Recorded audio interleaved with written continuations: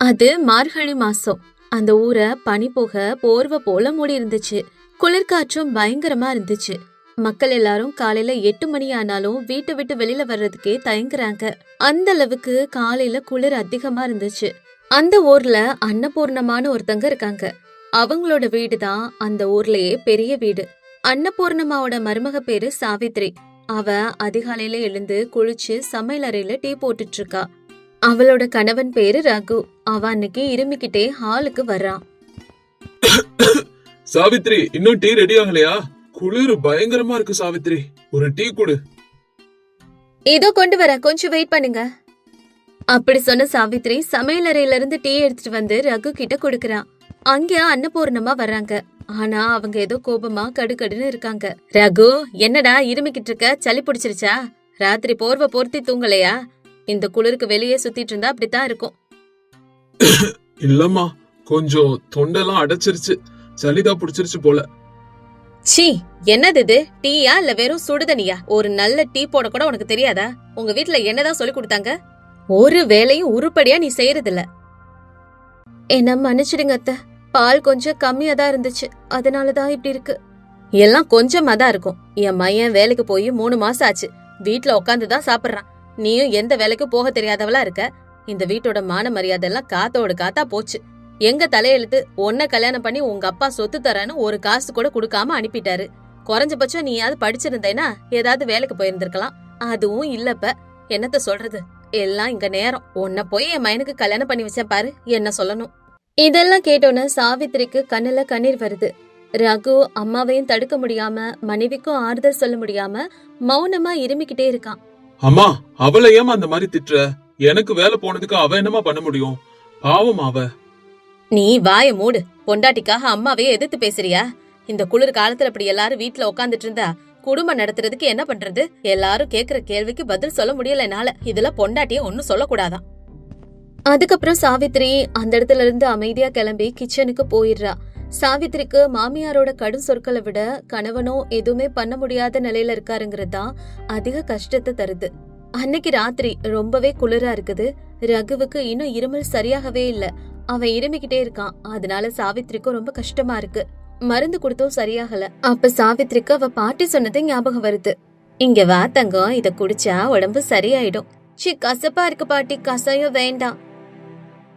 அட பைத்தியக்கார பொண்ணு, இது கஷாயம் இல்ல, மூலிகை டீ. இந்த குளிர்காலத்துல இத குடிச்சா உடம்புல சூடு ஏறும். இருமல் சளி இதெல்லாம் காணாம போயிடும்.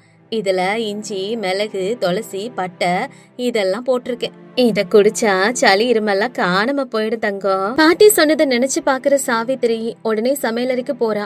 வீட்டுல இருக்க பொருட்கள் எல்லாம் வச்சு ரகுவுக்கு அந்த மூலிகை டீயை தயார் செய்யறா. என்னங்க, எழுந்துருங்க, இந்த டீயை குடிங்க, உங்க இருமல் குறையும். என்ன சாவித்ரி, தூங்கிட்டு இருக்கும் போது எழுப்புற?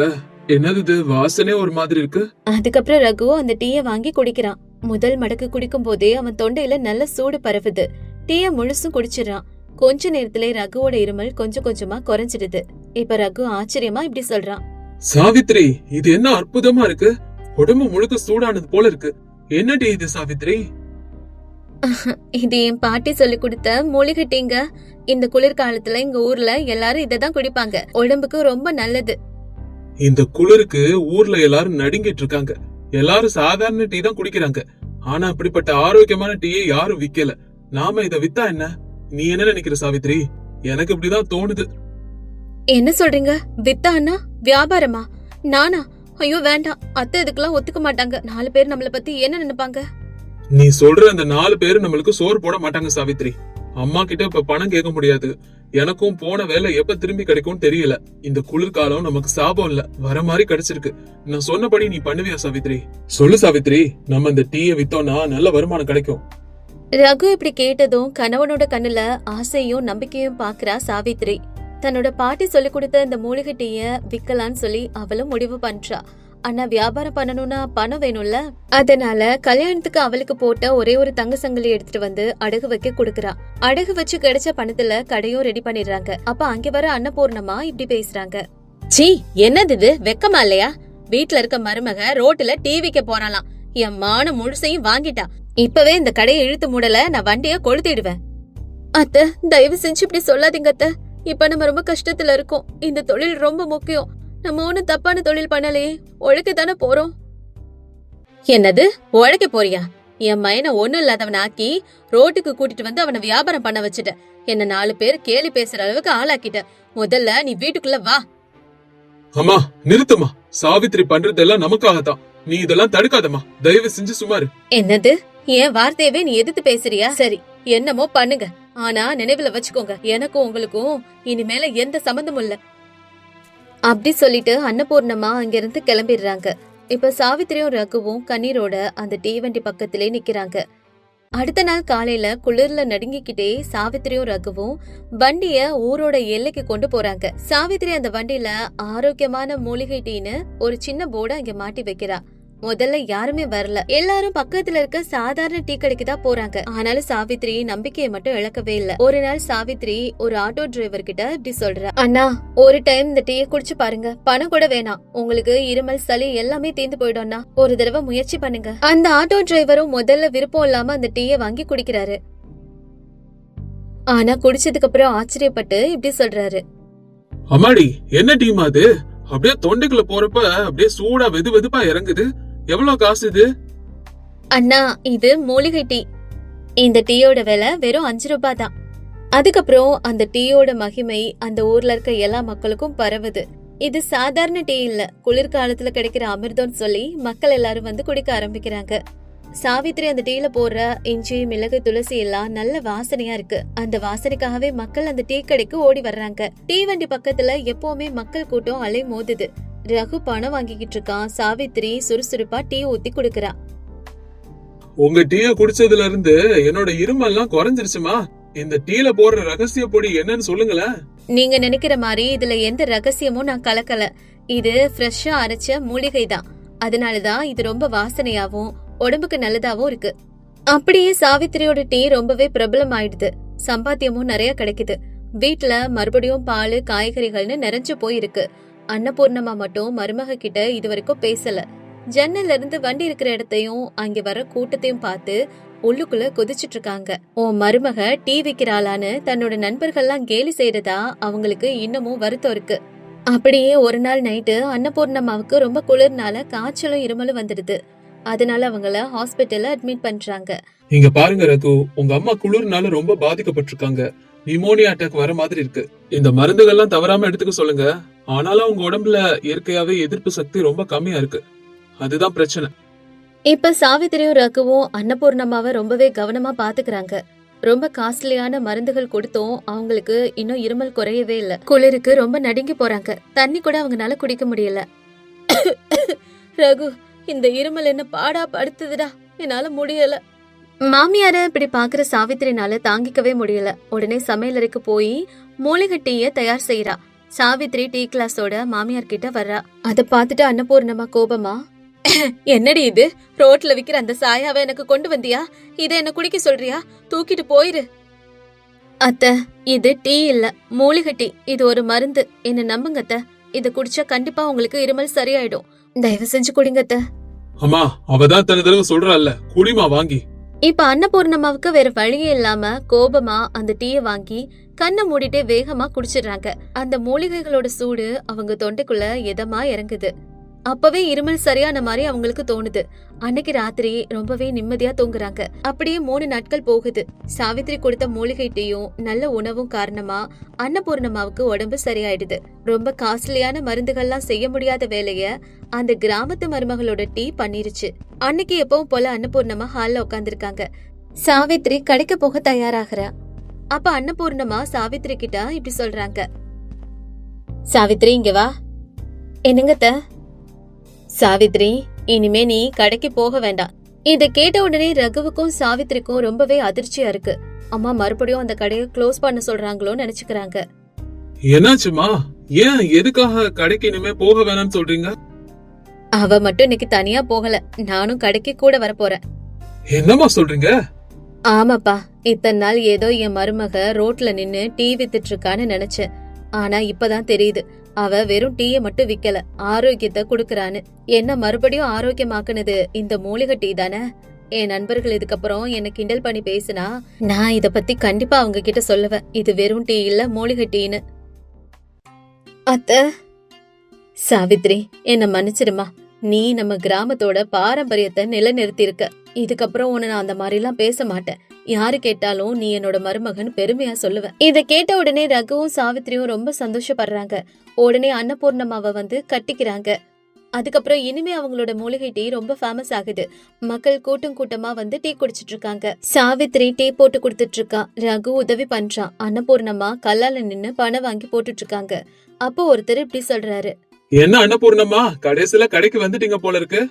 அப்புறம் என் மருமகளோட டீ கடைக்கு நான் வராம இருந்தா எப்படி? ஏதோ இந்த குளிருக்கு என் மருமகளோட மூலிகை டீயை குடிங்க, ஆரோக்கியமா இருங்க. அதுக்கப்புறம் மாமியார், மருமகள், கணவன்னு எல்லாரும் ஒற்றுமையா இருந்து அந்த டீ கடையை நடத்துறாங்க. அதனால அவங்க வாழ்க்கையில முன்னேற்றம் கிடைக்குது. அங்க இருக்க மக்களும் அந்த மூலிகை டீனால ஆரோக்கியமா இருக்காங்க. அது ஒரு பெரிய சிட்டி. அந்த சிட்டில ஒரு அபார்ட்மெண்ட் காம்ப்ளெக்ஸ்ல தன்னோட குடும்பத்தோட ரம்யா வாழ்ந்துட்டு வரா. அவ ஒரு அழகான கிராமத்துல இருந்து கல்யாணம் பண்ணிட்டு இந்த சிட்டிக்கு வந்து 1 மாசம்தான் ஆச்சு. ரம்யா அப்ப தனக்கு தானே இப்படி பேசிக்கிறா, ஐயோ, இந்த நகரத்துல எவ்வளவு வெயிலு, கிராமத்துலன்னா நல்லா சில்லுன்னு காத்து வீசும். வீடு முழுக்க மரம் இருக்கும், முற்றத்துல காய்கறிலாம் இருக்கும். ரம்யா அப்படி நினைச்சிட்டே இருக்கும் போதே அங்க அவளோட மாமியார் காந்தம்மாவோட குரல் கேக்குது. அவங்க சந்தையில இருந்து அப்பதான் வந்திருக்காங்க. என்ன அப்படி விலைவாசி எல்லாம் ஏறி போய் கிடக்குது? சந்தைக்கு போனா காசு மட்டும்தான் காலி ஆகுது, ஒரு பொருளை வாங்க முடியல. அத்த, ஏன் இவ்ளோ கோபமா இருக்கீங்க? என்ன நடந்துச்சு அத்த? ஆமாடி, கோபம் வராதா என்ன? அந்த தக்காளி விலை வானத்தை தொற்றுச்சு. கிலோ 100 ரூபாயாம். கத்திரிக்காய், வெண்டைக்காய்லாம் ரொம்ப விலை ஆயி போச்சு. இந்த நகரத்துல வாழணும்னா சொத்து பத்துக்களை வித்துதான் வாழணும் போல இருக்கு. அப்ப அங்க காந்தம்மாவோட பொண்ணு ராதிகா வர்றா. என்னம்மா காலையிலே சத்தம் போட்டுட்டு இருக்கா, என்னாச்சு? என்ன நான் சத்தம் போட்டுட்டு இருக்கேனா? இன்னைக்கு என்ன காய் வைக்கிறதுன்னு யோசிச்சா தலையே வெடிச்சு போயிடுது. காய்கறி விலை எல்லாம் ஏறி போய் கிடக்கு. அத்த, சந்தையில காய்கறி விலை எல்லாம் அதிகமா இருக்குன்னா நம்மளே காய்கறிகளை விளைய வைக்கலாமே அத்த. என்ன காய்கறிகளை விளைய வைக்க போறீங்களா? இது என்ன உங்க ஊரு கிராமம் நினைச்சீங்களா? இங்க என்ன தோப்பு வயல்னு இருக்கா? இது அபார்ட்மெண்ட். இங்க எப்படி காய்கறிகளை விளைய வைக்க முடியும்? நீங்க ஏதாவது தெரிஞ்சுதா பேசுறீங்களா இல்ல தெரியாம பேசுறீங்களா? ராதிகா சொல்றது உண்மைதான் ரம்யா. உனக்கு இன்னும் அந்த நகரத்தை பத்தி தெரியல. இங்க தண்ணி வாங்கணும், பால் வாங்கணும், ஏன் கருவேப்பிலை வாங்கணும்னா கூட கடையில தான் போய் வாங்கணும். நீ போய் அந்த தக்காளியை மட்டும் வச்சு ஏதாவது ரசம் வை. காந்தம்மா இப்படி சொன்னதோ ரம்யா அமைதியா கிச்சனுக்குள்ள போயிடுறா. ஆனா அவளோட மனசுக்குள்ள ஒரு யோசனை தோணுது. மனசு இருந்தா மார்க்கம் இருக்கு, செய்யணும்னு நினைச்சு முயற்சி பண்ணா கண்டிப்பா செய்யலாம் அப்படின்னு அவளுக்குள்ளே நினைச்சுக்கிட்டு அதுக்கப்புறம் சமையலறையில காய்கறிகளை நறுக்கிட்டு இருக்கா. அந்த காய்கறிகள்ல இருந்து சில முதிர்ந்த விதைகள் அவளுக்கு கிடைக்குது. வழக்கமா மத்தவங்க அந்த விதைகளை குப்பையில போட்டுருவாங்க. ஆனா ரம்யா அப்படி செய்யல. ரம்யா தக்காளி விதைகள், பச்சை மிளகாய் விதைகள், முத்தி போன கத்திரிக்காய் விதைகளை பிரிச்சு ஒரு டிஷ்யூ பேப்பர்ல உலர வைக்கிறா. இந்த விதைகள் தான் நாளைக்கு பயிராக போகுது. இந்த விதைகளை போட்டு விட்டா என்ன, நம்ம டெரஸ்ல தான் காலி இடம் இருக்குதே, அங்க போய் இத முயற்சி பண்ணி பார்க்கலாம். ஹலோ அண்ணி, என்னாச்சு உங்களுக்கு? இந்த குப்பையெல்லாம் போய் ஜாக்கிரதையா காய வச்சிருக்கீங்க, என்னது இது? ராதிகா, இது குப்பை இல்ல, இதெல்லாம் விதை. இத போட்டா செடி வளரும். என்னது, இந்த கான்கிரீட் கட்டிடத்து மேல செடி வளருமா? ஏன்னா உங்களுக்கு பைத்தியமா பிடிச்சிருக்கா? நீ மண்ணு எங்க இருந்து எடுத்து வருது, இதுக்கான தொட்டி எல்லாம் எங்க இருந்து எடுத்து வருது? இதுக்கெல்லாம் ஆயிரக்கணக்கா செலவாகும். அம்மாக்கு தெரிஞ்சா பணத்தை வீணடிக்கிறீங்கன்னு உங்களதான் திட்டுவாங்க. நான் இதுக்காக தொட்டி எல்லாம் வாங்க போறது இல்ல ராதிகா. நம்ம வீட்டுல வேஸ்டா இருக்க டப்பா, அப்புறம் பெயிண்ட் வாலிலாம் இருக்குல்ல, அதே பயன்படுத்திக்கலாம். அப்புறம் மண்ணு பக்கத்துல கட்டட வேலை நடக்குது, அந்த இடத்துல இருந்து எடுத்துட்டு வரேன். உங்க இஷ்டம். ஆனா எங்க அம்மா கிட்ட திட்டு வாங்குறதுக்கு ரெடியா இருங்க. எனக்கு இந்த மாதிரி மண்ணுல வேலை செய்யறதெல்லாம் பிடிக்காது. அதனால என்ன கூப்பிடாதீங்க, நீங்க ஏதோ பண்ணிக்கோங்க. ஆனா ரம்யா தன்னோட முயற்சியில உறுதியா இருக்கிறா. அன்னைக்கு மதியம் காந்தம்மா தூங்குனதுக்கு அப்புறம் ரம்யா ஸ்டோர் ரூமுக்கு போறா. அங்கிருந்த பழைய வாளி, உடைஞ்ச பிளாஸ்டிக் டப்பா, காலி வாட்டர் பாட்டிலுங்க, இது எல்லாத்தையும் எடுத்துட்டு வரா. ரம்யா பழைய டப்பாக்கல்ல சின்ன சின்ன துளைகளை போட்டு அதுக்குள்ள மண்ணு கொட்டி நிரப்புறா. கிச்சன்ல மீதமான காய்கறி தோல், டீ பவுடர் இதெல்லாம் போட்டு இயற்கை உரம் தயாரிக்கிறா. இது எல்லாத்தையும் பண்ணி வச்சுட்டு அந்த விதைகள் கிட்ட நீங்க நல்லா வளரணும்னு சொல்லி பேசிட்டு இருக்கா ரம்யா. அப்ப அந்த நேரத்துக்கு காந்தம்மா துணிக்காய போடுறதுக்காக மாடிக்கு வர்றாங்க. அப்ப காந்தம்மா ரம்யாவையும் இந்த பிளாஸ்டிக் டப்பாக்களையும் பார்த்துட்டு பயங்கரமா கோபப்படுறாங்க. அப்ப காந்தம்மாவை பார்த்த ரம்யா திடுக்கிட்டு போய் எந்திரிச்சு அத்தன்னு சொல்றா. ஹே ரம்யா, இங்க வந்து என்ன பண்ணிட்டு இருக்க? மாடி எல்லாம் குப்பையாக்கி வச்சிருக்க. இந்த பழைய டப்பா, இந்த குப்பையெல்லாம் என்னது? பக்கத்து வீட்டுக்காரங்க பார்த்தா நம்மள பத்தி என்ன நினைப்பாங்க? காந்தம்மாவோட மருமக குப்பைய வச்சு விளையாடிட்டு இருக்கான்னு நினைக்க மாட்டாங்களா? இல்லத, இது குப்பை இல்லத.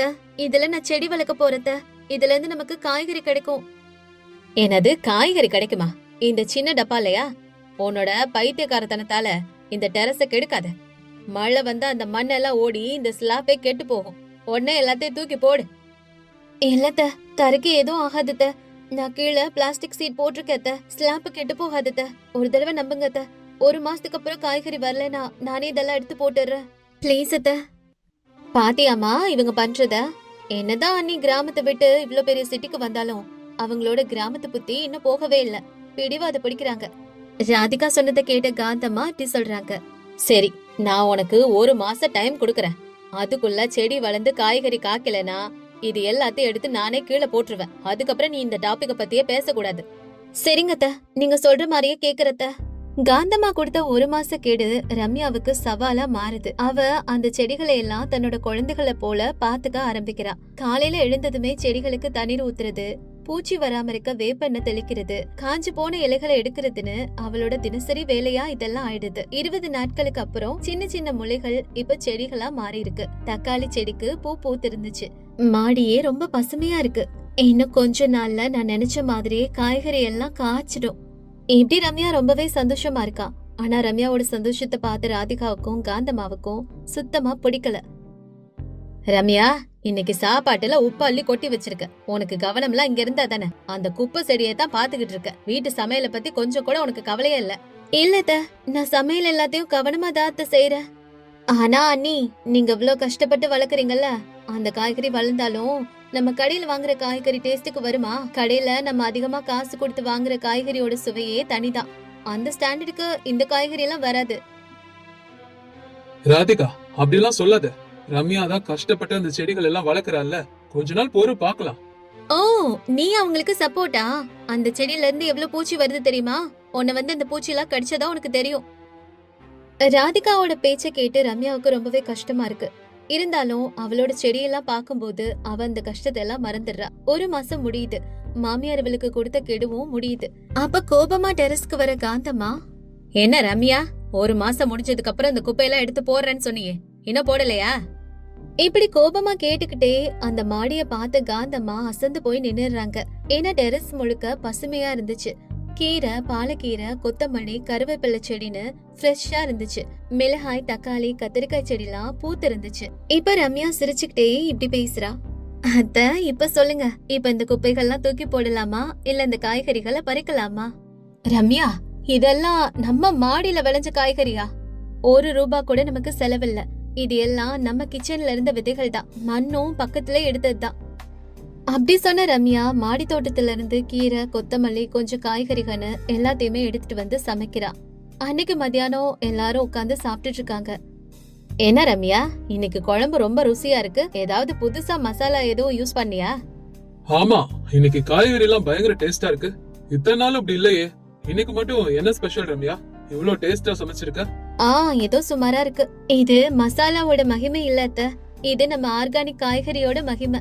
இது எல்லாம் நம்ம டெரஸ்ல விளைஞ்ச ஆர்கானிக் காய்கறிகள். இதுல ரசாயனமோ மருந்தோ எதுவுமே இல்ல. தூய்மையான தண்ணீரும் இயற்கையான உரம் மட்டும்தான். அதனாலதான் எனக்கு குழம்பு இவ்வளவு ருசியா இருக்கு. உண்மைதான். சந்தையில வாங்குற காயெல்லாம் ஃப்ரிட்ஜ்ல வச்சா 2 நாள்ல அழுகி போயிடுது. ஆமா அத்த, சந்தையில 1 கிலோ கொத்தமல்லி வாங்கணும்னா கூட எவ்வளவு விலை விக்குது. ஆனா இது நமக்கு இலவசமா கிடைக்குது. ஆரோக்கியமும் கூட. காந்தம்மாவுக்கு முதல் தடவையா தன்னோட மருமகள் மேல ஒரு மரியாதை வருது. பணம் மிச்சமாகிறது ஒரு பக்கம்னா, ருசிகரமான காய் கிடைக்கிறதும் அவரை யோசிக்க வைக்குது. நாட்கள் போகுது. இப்ப ரம்யா வீட்டு தேவைக்கு மட்டும் இல்லாம கொஞ்சம் அதிகமாவே விளைவிக்க ஆரம்பிக்கிறா. அப்படியே நாட்கள் போக போக கொஞ்ச நாளுக்கு அப்புறம் காந்தம்மாவும் சாயங்கால நேரத்துல மாடிக்கு வர ஆரம்பிக்கிறாங்க. இந்த பசுமையான தோட்டங்களை பார்க்கும் போதே அவங்களுக்கு ரொம்பவே மன அமைதி கிடைக்குது. ஒரு நாள் பக்கத்து வீட்டு சுஜாதா காந்தம்மா வீட்டுக்கு வர்றாங்க. அவங்க காந்தம்மா கிட்ட இப்படி கேக்குறாங்க. என்ன காந்தம்மா, இந்த வாரம் சந்தைக்கு வரலையா? உங்களை சந்தையில நான் பார்க்கவே இல்ல. அதுவா, நாங்க சந்தைக்கு போறதே நிறுத்திட்டோம். என் மருமக மாடியில தோட்டம் போட்டிருக்கா. அங்கே எல்லா காயும் கிடைக்குது. அப்படியா? இந்த வார சந்தையில காய்கறி எல்லாம் சரியே இல்ல. என் புருஷனுக்கும் பிள்ளைங்களுக்கும் உடம்பு சரியில்லாம போயிடுச்சு. எல்லாம் கெமிக்கலை போட்டு கொண்டு வராங்க காய்கறியில. ஆமா ஆண்டி, அதனாலதான் நாங்க ஆர்கானிக்கா வளர்க்குறோம். இதோ நம்ம தோட்டத்துல விளைஞ்ச தக்காளி, நீங்க கொஞ்சம் எடுத்துட்டு போங்க ஆண்டி. ஐயோ, அதெல்லாம் ஒண்ணு வேண்டாமா, நீங்க சமைச்சு சாப்பிடுங்க. பரவாயில்ல ஆண்டி, எடுத்துட்டு போங்க. இது ஆர்கானிக் காய்கறி, உடம்புக்கு நல்லது. ரம்யா அப்படி சொல்லவும் சுஜாதா அந்த காய்கறிகளை வாங்கிட்டு போறாங்க. அடுத்த நாள் வந்து, ரம்யா, நீ நேத்து கொடுத்த தக்காளி அவ்வளவு ருசியா இருந்துச்சு. என் குழந்தைங்க வீட்டுக்காரெல்லாம் இஷ்டமா சாப்பிட்டாங்க. எனக்கும் உங்க வீட்ல இருந்தே காய்கறி எல்லாம் வேணும். சந்தை விலையை விட அதிகமாவே குடுக்கறேன். நீ முடியாதுன்னு மட்டும் சொல்லிடாதமா.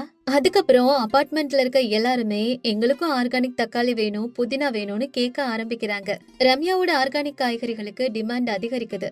ரம்யா இப்ப டெரஸ முழுசா தோட்டமா மாத்திட்டா. காய்கறிகளை வித்து வந்த பணத்துல நிறைய க்ரோ பேக்ஸ் வாங்கிட்டா.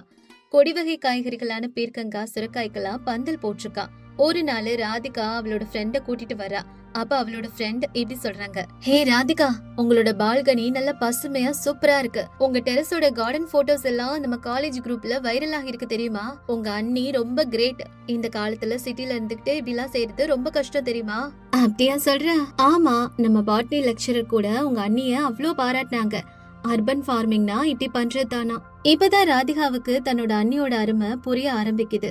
எத கிராமத்து வேலைன்னு ரொம்ப இழிவா நினைச்சாலோ இன்னைக்கு அதுதான் அவங்களோட குடும்பத்துக்கே பெருமை தேடி தந்திருக்கு. வாரம்யா, என்னாச்சு? என்ன மன்னிச்சிடுங்க அண்ணி, உங்களையும் உங்களோட வேலையும் நான் ரொம்ப ஏளன பண்ணிட்டேன். ஆனா இன்னைக்குதான் தெரிஞ்சது, மண்ணில இருந்து வர்றது வெறும் காய்கறி மட்டும் இல்ல, நம்மளுக்கு ஆரோக்கியம் சந்தோஷம்னு. நான் உங்களை அப்படி எல்லாம் பேசிருக்க கூடாது அண்ணி. I'm sorry. பரவாயில்ல ராதிகா, மண்ணு எப்போ நம்மள ஏமாத்தாது. மண்ணை நம்ம பராமரிச்சோம்னா அது நம்மளுக்கு ரெட்டிப்பா அதோட பலனை கொடுக்கும். சரிங்க அண்ணி, இதுக்கப்புறம் நானும் உங்களுக்கு ஹெல்ப் பண்றேன். இதை இன்னும் பெருசாக்கலாம். ஆன்லைன்ல கூட விக்கலாம். நம்ம அபார்ட்மெண்ட் காரங்களுக்கு மட்டும் இல்லாம வெளியே இருக்கவங்களுக்கும் விக்கலாம். ரொம்ப நன்றி ராதிகா. கண்டிப்பா உன்னோட படிப்பும் என்னோட அனுபவமும் சேர்ந்தா நம்ம பல அற்புதங்களை செய்யலாம். அப்படியே 6 மாசம் போகுது. இப்ப காந்தம்மாவோட டெரஸ் ஒரு பெரிய காய்கறி தோட்டமாவே மாறி போயிடுது. அப்போ ஒரு நாள் காந்தம்மா இப்படி சொல்றாங்க, ஒரு காலத்துல நான் காய்கறி விலைய பார்த்து பயந்தேன்.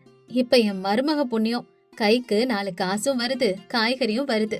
ரம்யா, நீ இந்த வீட்டுக்கு வந்த லட்சுமி மட்டும் இல்ல, அன்னபூர்ணியும் கூடமா. அத்த, ரொம்ப நன்றி அத்த. ஆனா இதெல்லாம் எனக்கு கிராமம் சொல்லி கொடுத்த பாடம் தான். இயற்கைக்கு தூரமா நம்ம யாருமே வாழ முடியாது. நகரத்துல இருந்தாலும் நம்ம நினைச்சா அங்கேயும் காய்கறிகளை பயிர்விக்கலாம். அப்படி சொல்றா ரம்யா. அவளோட இந்த ஆர்கானிக் தோட்டம் மூலமா அந்த நகரத்துல இருக்க நிறைய பேருக்கு நல்ல ஆரோக்கியமான காய்கறி